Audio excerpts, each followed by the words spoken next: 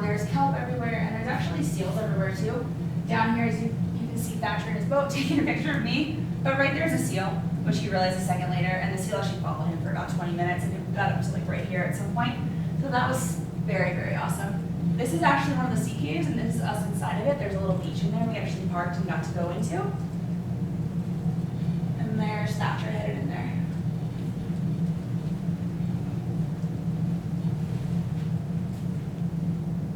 All right. Yosemite and Sequoia and Kings Canyon. I mean, Yosemite it's beautiful. Go to Yosemite. Yosemite's amazing. This is Brightonville Falls. You can see all the people walking off of it right here. This is actually this picture is from right about here, from the top looking down. And this picture, when you keep biking, you actually get to the very, very top, and that's where we are at that point. This is Taft Point. It's an excellent place to see the sunset. It's not a very long hike. It's maybe 3 miles round trip out and back. And you can look out over most of Yosemite from there. And this was sunrise there from down where we camped. Sequoia National Park, I love. I actually have Sequoia tattoo now. They're my favorite tree. They only grow between 5,000 and 7,000 feet of altitude, and they're the largest thing on the planet. There's the General Sherman tree, which is the largest tree in the world, and it is 110 feet wide at the bottom, which is pretty nuts. It's super cool. The bark is very fuzzy when I was hiking it. It was great. Yeah. And Kings Canyon sort of engrosses both the trees and a lot of what you see at Yosemite. It's kind of woven in there.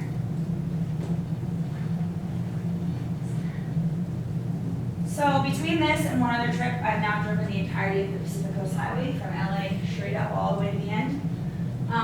Point Reyes National Seashore is one of the highlights for sure. There's a lot of sea lions that just hang out. You can walk around and take a look at them. This is just the view from one of the cliffs where I stopped.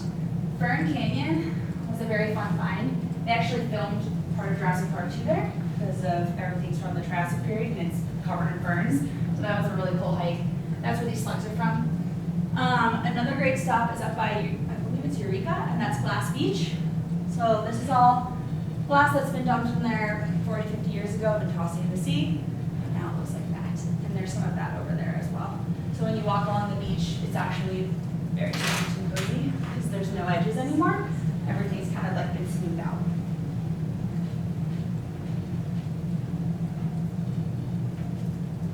All right. So up at the top are the falls. When you're going through Oregon, you kind of cut through the Columbia River Gorge, and that's one of like the main staples of that view. I love seeing that one. The little blip in the middle is Astoria. I actually filmed The Goonies, which is my favorite movie, so I put it in there. Cradle Lake National Park is actually where my original picture, the one I started with me jumping in the water, is from. It is the clearest lake in the U.S. And I mean, you can see why. It like matches the sky perfectly. There's actually only one place where you can jump in, and if you ever go there, I recommend it. It's freezing, but it's totally worth it. You can see how clear it is just by looking down into it. And it's also the deepest lake in America. It goes just shy of 2,000 feet.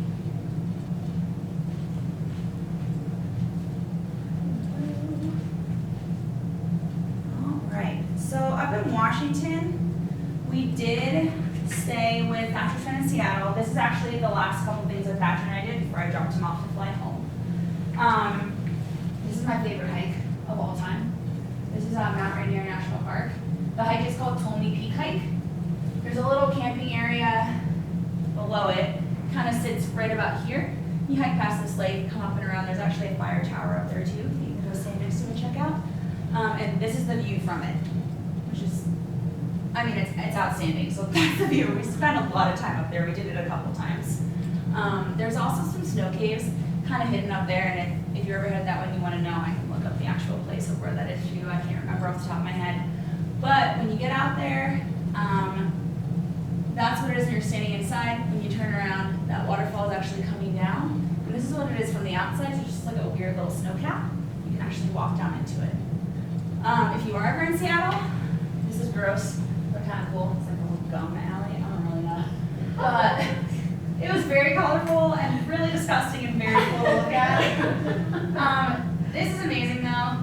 Sunday public sale. It's actually run by the Center for Wooden Boats, right on the lake there. Every Sunday for free, you can wait in line and go pick whichever wooden boat they've restored to sign up and get a ride on, or on the lake. We picked this little one, it's called a puffin. It's actually powered by a wood burning oven. So we got to put the wood in as we went and like chug along like a little tugboat, but it's only like this big. So it was great.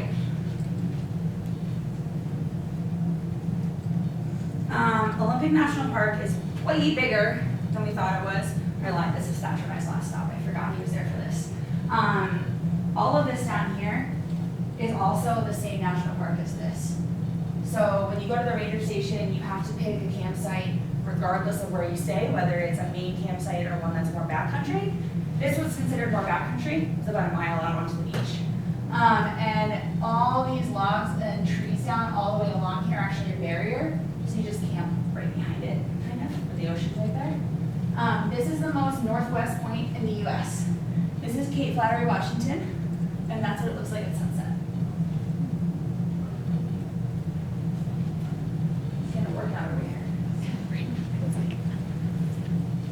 At this point, if you ever do anything like this, always bring your passport. I did go to Canada and decided I was there, I might as well. I stayed with some couchsurfing friends up there that I made. I walked around Vancouver, very cool place. There are a lot of new beaches there. It was a cultural shock for sure. Not something I'm used to, but it was fine. And we did hike what's called the Chief. There's the Chief number 1 and the Chief number 2. This is my friend doing yoga up there. But while we were up there, we did see a bunch of biplanes go by, and it was just very beautiful up there and a hike worth going to if you're ever up in the Vancouver, BC area.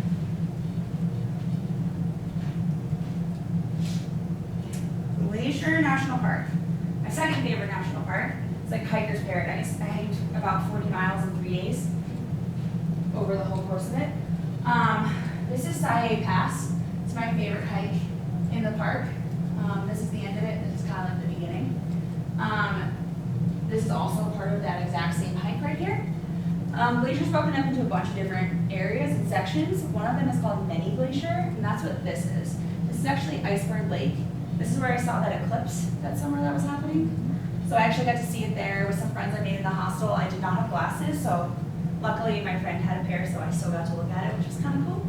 And this is the High Line, I think it's just called High Line, that hike that's up there. You basically leave from the main parking lot, and it loops around, and it looks over going to the Sun Road, which is one of the most famous roads in national parks. And you can drive it as you go through Glacier. There's no way around it, which is great because it's a beautiful drive.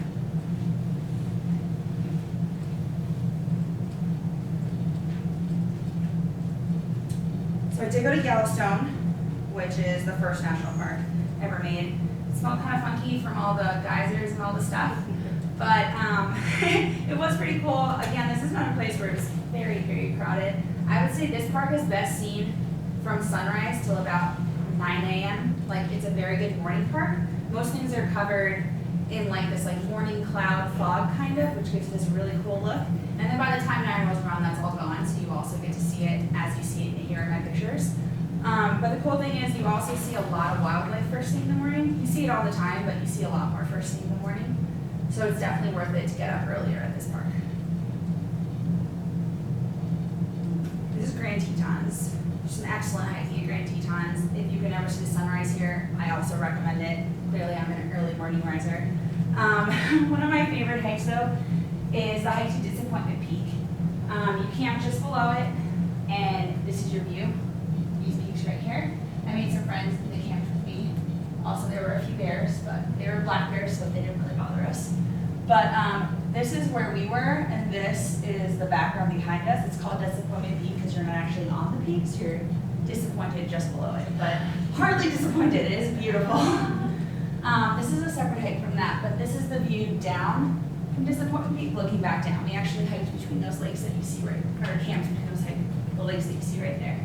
And then this lake, I camped near by myself the next night. And when I woke up, heard noises, thought it was my neighbors, figured I can outrun them, it's fine if it's a bear. And then I looked down and it was a bear right by the lake, about 30 feet from me. And I quickly packed up my my stuff, and my phone had died, so I started singing Disney songs on the way out to make a lot of noise. And it was great, and I got back to my car, and all was fine. But I definitely panicked.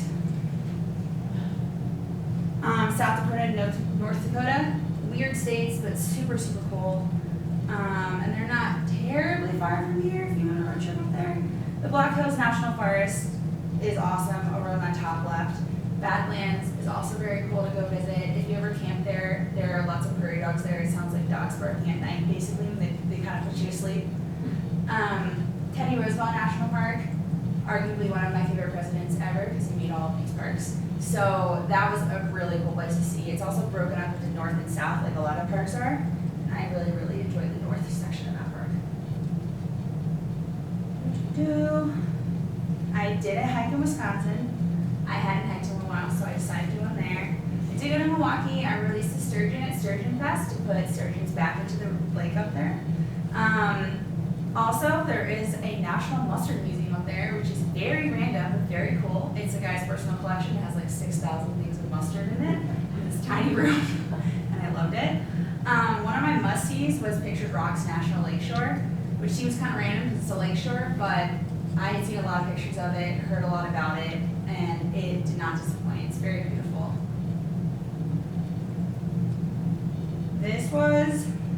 I decided to put it in there because it's my favorite museum. It's not even a museum. It's basically an adult's playground.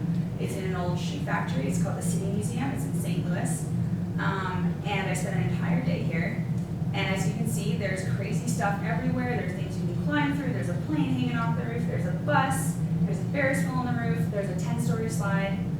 If you ever feel like taking a day to do something fun like a kid again, this is the way to go, hands down. I did need to make this a stone slide. If you couldn't tell, I do love music, so this is the birthplace of Motown. I've always wanted to come here since I was a little kid. So I did get to go here. This is where Barry Gray started Motown. Right around the neighborhood, Diana Ross lived there. So did the Four Tops and the Temptations, so they all also started here. You get to go through. I didn't really take any pictures. I don't think they let you. I think I was overwhelmed. I honestly don't remember. But I know that you do get to go to the studio.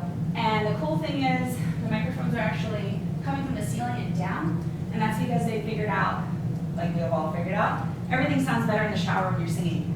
So they actually put all the amps and everything in the bathroom right next door and then ran the wires up into the studio so they got a nice reverb every time you play it, their music. And you can actually hear it in Diana Ross's vinyl version of her music. You can kind of hear some of it. These are just some fun stops in there. I liked Ohio. It's pretty cool. Cleveland I really liked, although I was not there when it was snowing, so I've heard that that's a lot worse, but it was pretty fun. I also had to stop at Maker's Mark. I got to dip my own bottle there, which was a really nice stop. I did get to go to the Christmas Story house. That is not the real leg lamp. The leg lamp does not exist. There was only one ever made, and they smashed it in the movie and never made another one because of budget. So that's not the real one, but it's in the house, so I took a picture with it. All right. So at this point, I'm coming up on kind of the end here, but at this point in my trip, I didn't want to camp anymore. I didn't want to pitch tent. I was getting really lazy. I had been on the road for 8.5 months almost at this point, so I was like, no, we're good, it's getting cold.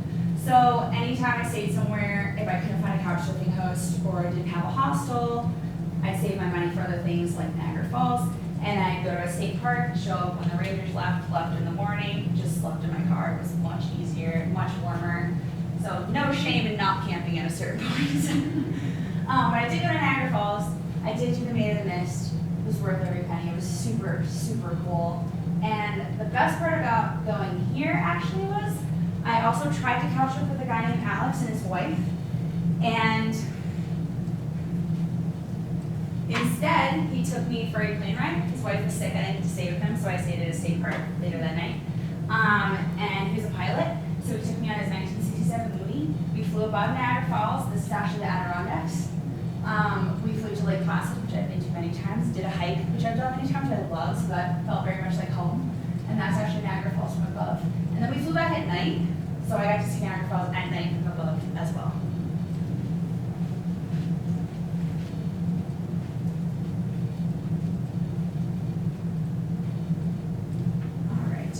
I did stop in Vermont. I visited a friend in Burlington, did some hikes up there. I went to the NBA Hall of Fame in Springfield, Massachusetts. I love basketball, so I could not miss that. I went to Salem to see the witches. And I did Rhode Island, I did Connecticut, I did New Hampshire. I did all the states. But most notably, this is my last national park. I went to Acadia National Park in Maine. I actually got there the last day the visitor center was open for the year. This is actually in November, so this is the very end of the year. This is Cadillac Mound, where this is right here. This is all pink really, but it's kind of in shadow. You can kind of see it up here. This is the first place to sunrise in the US. It's the most eastern point in the country. So I like that fact. And I went to go see it. There's also the Precipice Trail, which is what you see most of these views from. There's basically a lot of ladders and stone steps to take you all the way to the top and get to overlook all of Acadia. I don't recommend going that late. It was very cold, but it's beautiful. I do recommend going to the Northeast slightly earlier because the fall foliage, as someone who's from there, you must know, is outstanding. And I got there just as that was kind of ending. But I grew up there, so I've seen it a bunch, so I kind of knew what I was getting into, but yeah. So I got some advice from a friend in Alabama when I was there. And this was like kind of the beginning of my trip. So it's to talk to everyone, to make friends, to ask for directions, even when you don't need directions. And people are what make a place memorable. So I know these are mostly all me. But they're all experiences with people that I met along the way. My friend James taught me to fly fish. I got to go to Prince's house, which you're actually not allowed to take pictures in, but it was a dream. I love Prince. He's my favorite of all time, so that was outstanding. I got to go wake surfing. I drew and sold some of my drawings along the way. I actually went to a place in Missouri called St. Genevieve, which was awesome. And I got wine from there too, which was way too sweet. But I sold the bottle, so that's what counts. And I also got to watch Thatcher pretend to help break our car back open when the keys got locked in. So, yeah.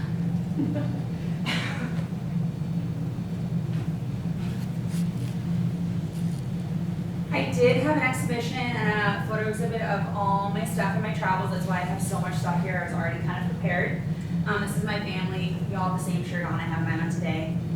They all came to support. My friend in the middle, that's actually James. He flew out to come be there with me. He's the one who taught me how to fly fish. So at the end of it all, I've missed some stuff, but you get the gist. I drove 37,912 miles. I was gone 9 months, 23 days. I saw 95 national park sites. Some of them are on that map over there. I saw 55 national forests, 48 states, had 46 couch surfing coasts, 41 national parks, and 32 state parks. I've been to 15 national monuments. I had 13 oil changes. 6 national parks I missed. 2 were very hard to get to. 1 I was very sick. 1 I forgot was there because Obama made it and it's really new and I kind of forgot it existed. And I forget what happened with the last one, but I went to 4 national lake shores. 3 states where I actually drove Route 66. 2 national seashores. 2 countries, the US and Canada. I had 1 flat tire and I had 1 break-in in San Francisco. It's kind of a rite of passage, I've been told. So that was my trip in a nutshell. All the stuff over there, you can touch pretty much everything. That's how I set it up. There's also pictures over there, just small ones. You can take as many as you want. They're kind of just there for, if you see one, grab it. All the places are on the back of them. And one of my other things I like to do is I like to take Polaroids with people I stay with. I don't have them all up here. No, I think this is all the ones I took. I think I forgot in some places. But I tried to take a picture with everyone that I stayed with, couch surfed with. I have some ones with just my friends and my brother and stuff like that too. And I still have them all. They're all over there. Little random fun fact. This is Riley. She actually lives here. I didn't know she lived here. And I saw her at a bar one day and I was like, I know you. So that was pretty awesome too. What a small world. So yeah, that's my trip. How many